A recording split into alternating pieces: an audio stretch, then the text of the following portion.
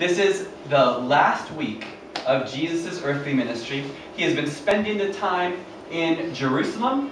He has been in the temple courts for the past chapter. People have been coming and speaking to him. He's been interacting with people under the shadow, as it were, of the giant temple of Jerusalem. And as he came out of the temple, one of his disciples said to him, "Look, teacher, what wonderful stones and what wonderful buildings." And then Jesus said to him, "Do you not see these great buildings? There will not be left one stone upon one another that will not be thrown down." See, Jesus has been dealing with the religious teachers, and just the day before, I believe, where he cleansed the temple. There's people selling and ripping people off in the temple marketplace, and so he chased them out. The next day, Tuesday, today that we're looking at, people came to him wanting to ask him about what authority he does, and he kind of confronts them. And now the disciples, almost perhaps maybe to change the subject, because he seems very iconoclastic, or what's the point of all this conflict that's going on? They just, as a tourist almost, they say, "Well, isn't this a wonderful building, Jesus? Doesn't it just look wonderful?" And it would have looked wonderful. This was one of the things that would have been, I'd say, if the 7 wonders of the world were like expanded to like 8 or 9, this probably would be one of them. The temple in Jerusalem was just incredibly built. There's a first century Jewish Roman historian named Josephus, and he describes how the temple looked. He was alive as the temple had just been completed, and he lived through the time when the temple was destroyed. And he recalls, and he writes to his readers, "This is what you missed. This is what the temple looked like."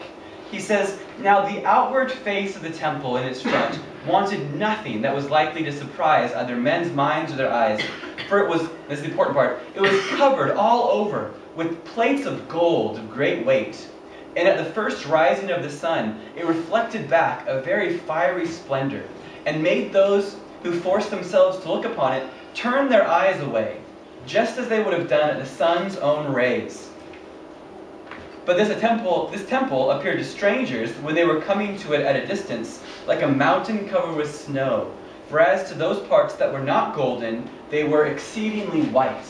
So he's saying, when you look at it, when the sun's shining, it just reflects off all the gold as if you're staring straight at the sun. But he says, if you come at it from the other angle, you just see the beautiful, expensive marble the whole thing's made out of, and it looks like it's just snow on top of the mountain. It's incredible to look at. The people of Jerusalem were very proud of it. It was an amazing architectural building, but it also symbolized to them their national identity. It symbolized to them the presence and blessing of God among them. And Jesus says, you know, you see these great buildings? They will not be left one stone upon another that won't be thrown down. And you heard me just mention it when I referred to Josephus. He saw the temple in its glory, and he also saw it after it was destroyed. See, Jesus looks at it and says, actually, the days are numbered of this. In about 40 years from now, the Roman army is going to besiege Jerusalem and destroy the temple. Jesus is going to, we're going to see in a couple paragraphs later, warn his followers that when it happens, that they're to leave Jerusalem. Well, fast forwarding to those times, the time came when the Roman armies did surround Jerusalem, and they were besieging it.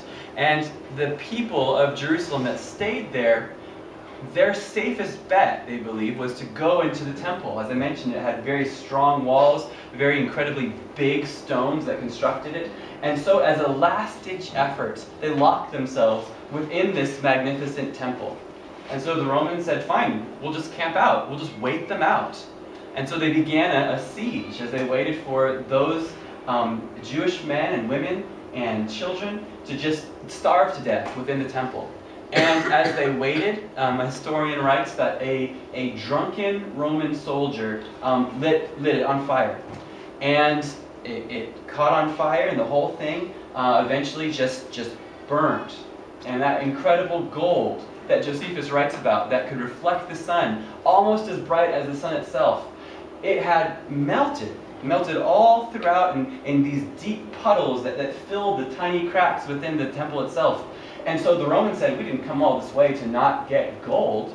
And so a great destruction process was started. When the temple itself was then destroyed, bit by bit, primitive explosives were used to blow it up, and the stones were pushed so that all the bits of gold could be collected and sent back to Rome as a tribute, sent back to Rome as a prize of conquering those Jews. So that Jesus gives this prediction of how it's going to be, and history bears out that literally it came to pass as he described it.